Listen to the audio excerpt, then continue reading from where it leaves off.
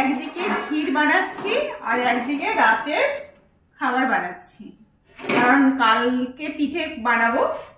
শীত তো প্রায় শেষের দিকে এসে গেছে, যদিও আমরা পিঠে খেতে ভালোবাসি, তো তাই মাঝে মধ্যে পিঠেটা তো হবেই।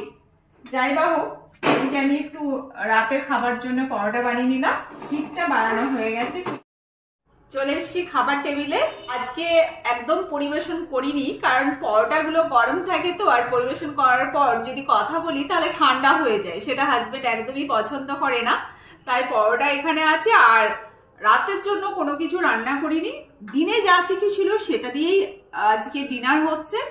জাস্ট মিষ্টি নিয়েছি, এক বাটি ডাল আছে, এখানে 2 পিস মাছ আছে, আর ওই যে পেঁয়াজকালি আলু পোস্ত বানিয়েছিলাম, শুধু পেঁয়াজকালি পোস্ত সেটা, আর এখানে আছে পালং শাক চচ্চড়ি। এই নিয়েই আজকের রাতের খাবার আমাদের।